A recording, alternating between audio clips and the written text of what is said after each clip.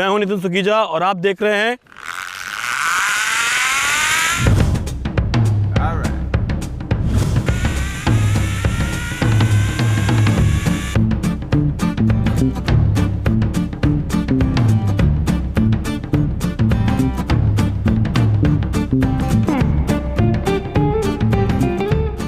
साहब। दुनिया में दो तरह के लोग होते हैं, एक वो जो कि आराम बड़ी चीज है, मुंह ढक के सोइए वाले फलसफे में यकीन करते हैं, और दूसरे वो निकल पड़े हैं खुली सड़क पे अपना सीना ताने वाले फलसफे में यकीन करते हैं।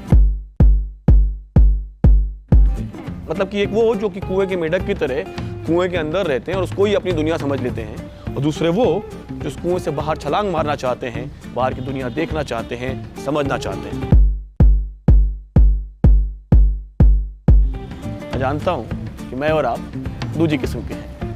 तो शुरू करते हैं ये सफर। हम और आप चलेंगे हर दिन एक नए शहर में, जानेंगे उस शहर का इतिहास, वहाँ का भूगोल, क्या है वहाँ की खूबसूरत इमारतें, क्या है वहाँ का रहन सहन, क्या है कल्चर और क्या है खास वहाँ खाने में।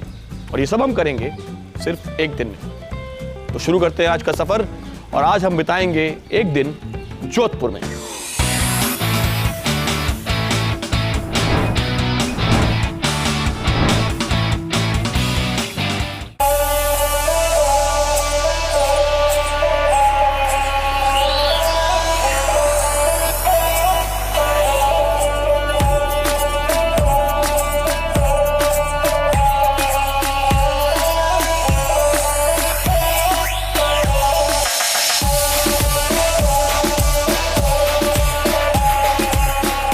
शहर रजवाड़ों का, किलों का, राजपूतों का और राजसी ठाट बाट का।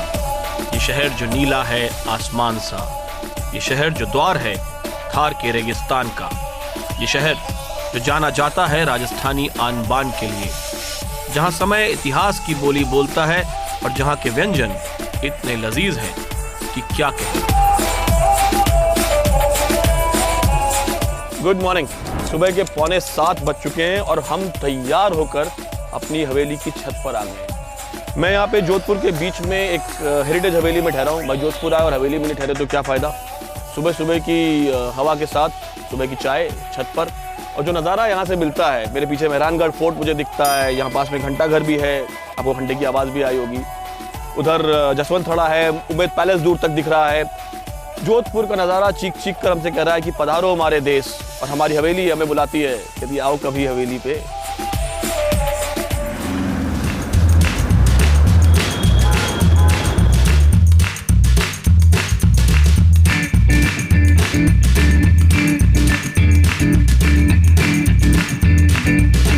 सुबह के 8 बज चुके हैं और चूंकि दिन की शुरुआत जल्दी की थी तो नाश्ता भी जल्दी होना था। सुबह सुबह अगर आपने जोधपुर में आके जनता स्वीट होम में नाश्ता नहीं किया तो आपका जोधपुर आना बेकार है। ये मिर्ची वड़े हैं, ये मावा कचौरी है, इसको तोड़ दिया गया है क्योंकि पूरी कचौरी इस प्लेट में नहीं आ रही थी। अगर आप कैलोरी कॉन्शियस हैं तो आप जनता स्वीट होम में कभी आ ही नहीं पाएंगे, लेकिन अगर आप जोधपुर में आके भी अगर कैलोरी कॉन्शियस हैं तो आप जोधपुर आए ही क्यों हैं।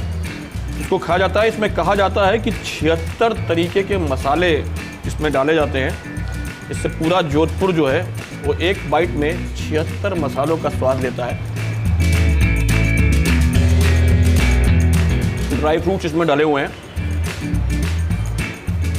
और एक मिर्ची वड़ा, क्योंकि तीखा नहीं है, आपके पूरे नाश्ते के बराबर कैलोरीज आपको दे देता है। और अगर आपकी इच्छा हो तो एक मावा कचौड़ी एक और नाश्ते की कैलोरीज आपको दे देता है, और एक गिलास लस्सी, जिसे मखनिया लस्सी बोलते हैं, ये एक और नाश्ते की कैलोरीज आपको दे देता है। तो कुल मिला के अगर आपने ये नाश्ता कर लिया तो 3 नाश्तों के बराबर आपका खाना हो गया।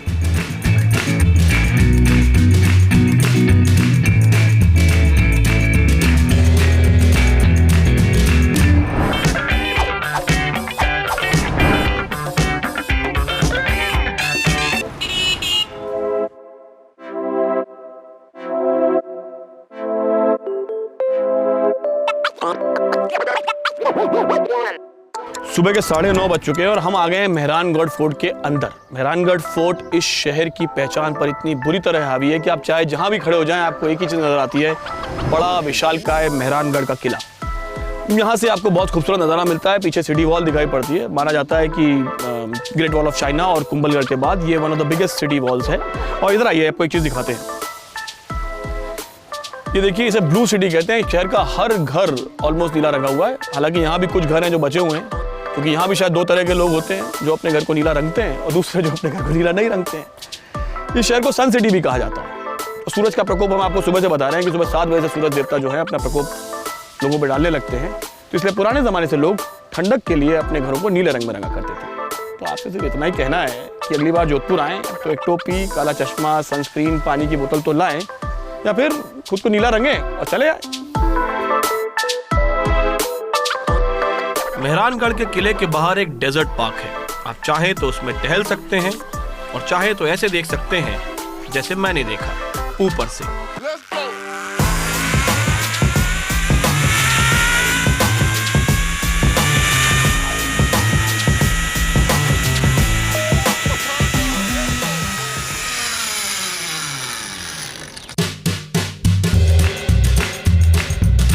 600 साल की कहानियां अपने अंदर समाये ये किला अद्भुत है।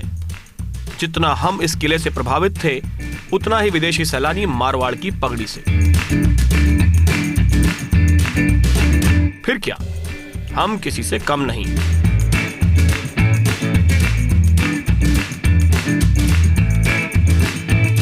किले के अंदर राजपूताना इतिहास की झांकी आपको ले जाती है उस समय में जब मारवाड़ अपनी शान, बान और आन के लिए जाना जाता था। अस्त्र शस्त्र से लेकर के हाथी के हौदों तक, पालकियों से लेकर के सुसज्जित निजी कमरों तक, पोशाकों से लेकर के पेंटिंग्स तक, हर जगह कलाकारों और कारीगरों की मेहनत नजर आती है और कुछ कुछ समझ में आता है कि राजसी जीवन कैसा होता था।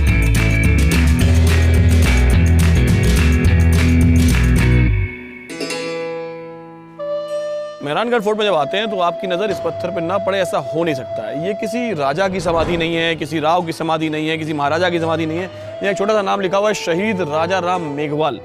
इसकी पीछे एक कहानी है और वो कहानी बताने के लिए मेरे साथ सुमेर सिंह है। सुमेर सिंह जी सर, क्या कहानी है इसके पीछे? एक्चुअली में सब जब जोधपुर किंग ने वो मंडोर का किला सेफ नहीं समझा और चिड़िया टूंक पहाड़ी के ऊपर उनको नींव रखना, जो ये पहाड़ी है, हाँ बिल्कुल, उनको यहाँ का जगह जो बेटर लगा तो यहाँ आए। तो एक चिड़ियानाथ नाम के साधु मिले उनको और वो यहाँ से हटने के लिए तैयार नहीं थे। तब उनको जबरन हटा दिया गया और उसने कुछ शराप दे दिए कि राजा आप किला बना रहे हैं, किला गिर जाएगा, यहाँ सूखा पड़ेगा और दादा पोते का मुख नहीं देख पाएगा, ऐसे कुछ श्राप दिए। तो पहले तंत्र विद्याएं होती थी, तांत्रिक, तो कुछ तांत्रिक ने सलाह दी कि क्यों न इस असर को कम करने के लिए आप एक जिंदे इंसान को नींव के अंदर गाड़ दिया जाए तो इससे दो फायदे होंगे। एक कह रहे हैं कि ये जो राजा राम मेघवाल हैं, ये जिंदा यहाँ पे दफना दिए गए जी इसके अंदर। तो उन्होंने ये बोला कि दो फायदे होंगे। इसका ये बताया कि एक तो ऐसी अमंग हिंदुओं की सोच है कि एक जिंदे इंसान को गाड़ दिया जाए, वो आत्मा किले की रक्षा करेगा युद्ध के समय, और दूसरा ये कि शराब का असर भी कम हो जाएगा। अच्छा, और उनके परिवार का क्या हुआ? परिवार का पालन पोषण भी कर रहे हैं रॉयल फैमिली, और उनका जो है स्टैच्यू भी बनाया गया है और बड़े सम्मान के साथ में उनको एक दिन पर्व मनाया जाता है। देखिए, एक आदमी ने अपने आप को जिंदा चुनवाना यहाँ पे मंजूर किया जिससे कि यहाँ का श्राप खत्म हो जाए, तो उसकी स्मृति में ये स्थल बनाया गया है। और स्मृति स्थल से एक चीज़ याद आई कि पास ही में राजा जसवंत सिंह के लिए भी एक स्मृति स्थल बनाया गया है जिसे मारवाड़ का ताजमहल कहते हैं। 11:30 बज रहे हैं और मुझे लगता है कि हमको मारवाड़ के ताजमहल को देखने की तरफ आगे बढ़ जाना चाहिए।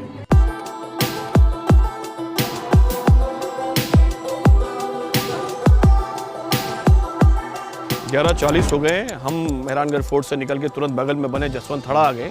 ये राजा जसवंत सिंह की याद में बनाया गया उनका मेमोरियल है, सफ़ेद संगमरमर का बना हुआ है, इसलिए इसे मारवाड़ का ताजमहल भी कहा जाता है। कहानी कुछ ऐसी है कि इस रॉयल क्रेमेटोरियम में जब यहाँ पर राजा जसवंत सिंह का अंतिम संस्कार हो रहा था तो उनके दो प्यारे मोर भाव विभोर होकर के उस चिता में कूद के मर गए थे। द मोर इज नो मोर।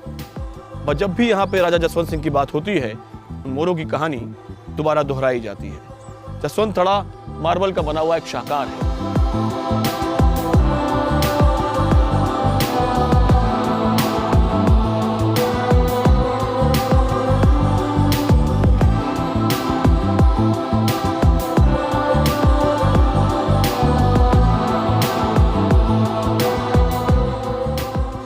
इस मेमोरियल की जो खास बात है, जिस सफ़ेद मार्बल से बना हुआ, देखिए आपको जादू दिखाता हूँ मैं कि सूरज इतना तेज़ यहाँ होता है कि वो सफ़ेद मार्बल के अंदर भी आ जाता है, क्योंकि मार्बल इस तरह का लगाया गया है। ये देखिए जादू।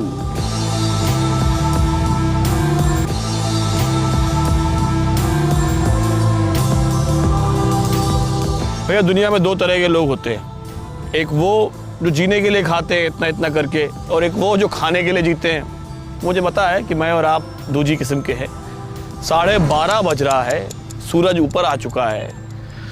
पहले पेट पूजा फिर काम दूजा, पहले करेंगे कि खाना खा लेते हैं। और हम पहुंच गए यहाँ राजस्थानी थाली खाने, और थाली का साइज देखकर हमारे होश फाख्ता हो गए। गट्टे की सब्जी से लेकर के पंचकूटा तक, बाटी चूरमा से लेकर खिचड़ तक, 30 से भी ज्यादा चीजें इस थाली में परोस दी गई।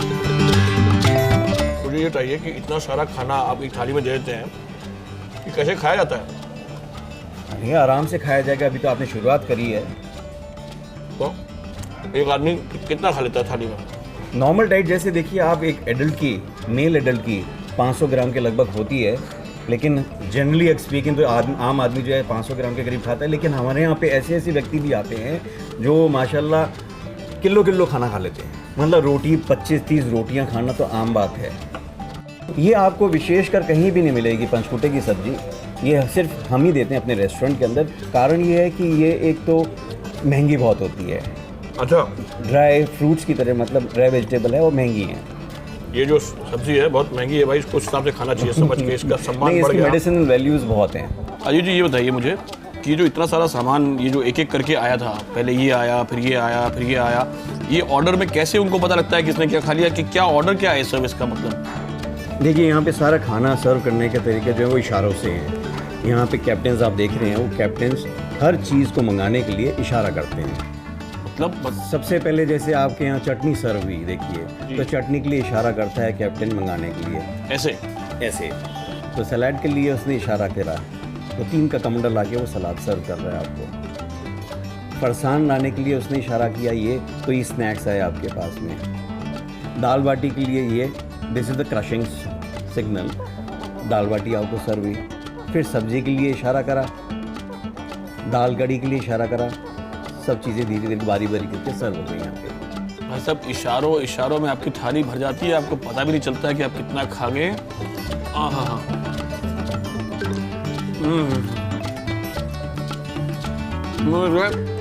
इसी की वजह से आपके जो लोग आते हैं 25-30 रोटियां जो खा जाते हैं, किलो भर खाना खाते हैं, तो स्वाद के चक्कर खरा में माल है। खरा माल है, तो क्या बात करिए। तो खरा माल खाइए, राजस्थानी थाली का मजा लीजिए।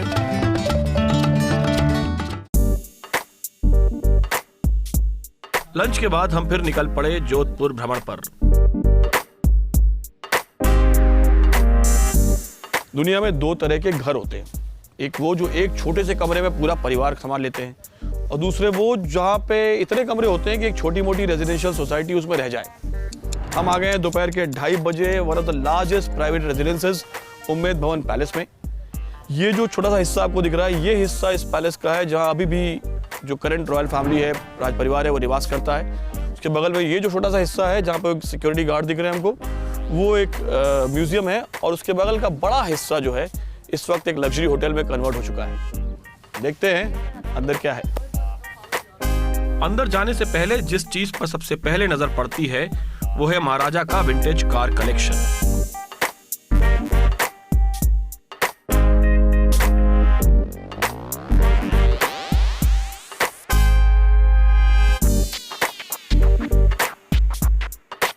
और अंदर देखने को मिलती है उनके निजी जीवन और रहन सहन की एक झलक। शिकार की यादें, पुरानी तस्वीरें, रोमन अंदाज में रामायण की तस्वीरें और एक बहुत सुंदर निजी एंटीक घड़ियों का कलेक्शन।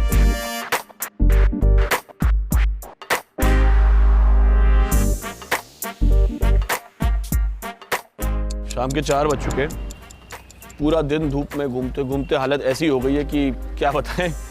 अब वक्त है कि एक गर्म प्याली चाय की मिल जाए, थोड़ा आराम कर लें, थोड़ा फ्रेश हो जाएं, फिर शाम को चलेंगे, देखेंगे यहाँ की बाजारों की रौनक।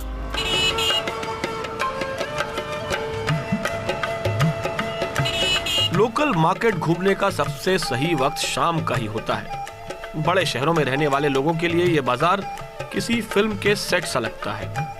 जोधपुर का घंटा घर हो, सामने बाजार हो और मोल भाव न हो, ऐसा हो ही नहीं सकता। ये 250 का है, ये 450 का है। ये लोग बोले कि अभी आप 350 बोल रही थी इसका।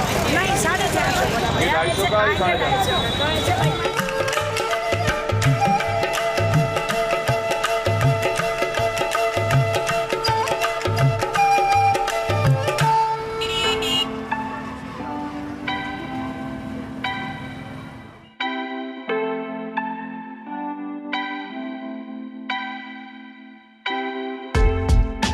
सुबह के 7 बजे हमने सफ़र शुरू किया था, रात का 8 बज गया है, खाना खाने का वक्त हो गया है। पूरा दिन हम राजसी चीज़ों के बीच में रहे। हमने मेहरानगढ़ का किला देखा, जहाँ पे देखा कि राजा लोग कैसे रहते हैं, कैसे उनके बेडरूम्स होते थे, क्या वो पहनते थे, कैसी पालकियाँ थीं, क्या रहन सहन था। फिर हमने उम्मेद पैलेस देखा, दुनिया का सबसे बड़ा प्राइवेट रेजिडेंस है और इस वक्त सबसे लास्ट बना हुआ पैलेस है। तो हमने सोचा कि दिन का अंत जो है, क्यों नहीं वो भी थोड़ा सा रजवाड़े स्टाइल में किया जाए, भाई हमें क्या कमी है। तो डिनर भी हमने सोचा कि हम करेंगे बिल्कुल रॉयल स्टाइल जोधपुर में। शेफ राजेश, आज हम थोड़ा कुंवर सा टाइप का फील कर रहे हैं, तो बताएं क्या है हमारे राजसी डिनर में आज। सर जो हमारी खास बात की शान है और जोधपुर की जो हम लाल मांस है, कैर सांगरी, गट्टा करी एंड बाजरे की खिचड़ी, नमक मिर्च का टिकरिया, बाजरे का सोगरा, जोधपुरी काबुली, ये जितनी भी डिशेस है मैंने आपके लिए स्पेशल बनाई गई है और आपको हम सर्व करेंगे एक एक करके। तो जरा लगवाइए फिर। बिल्कुल सर।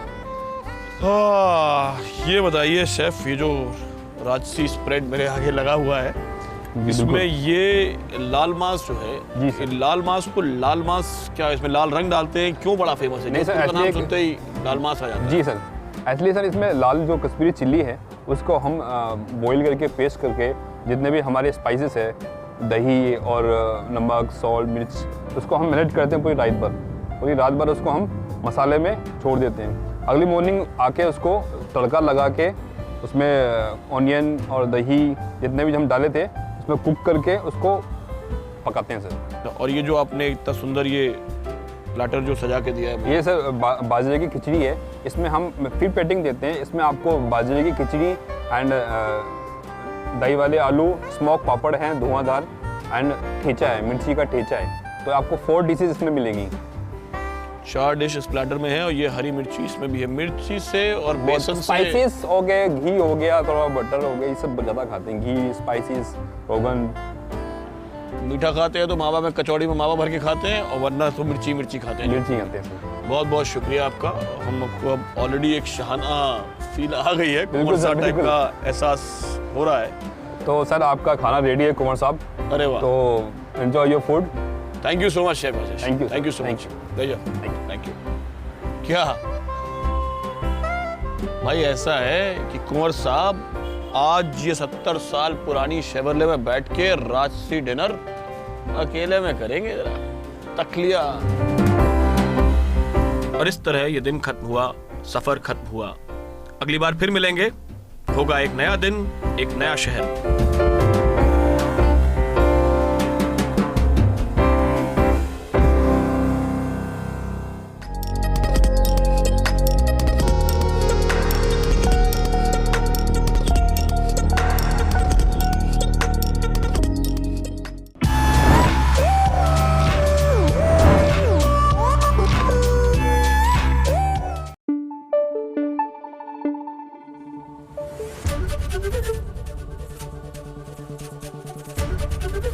एबीपी न्यूज आपको रखे आगे।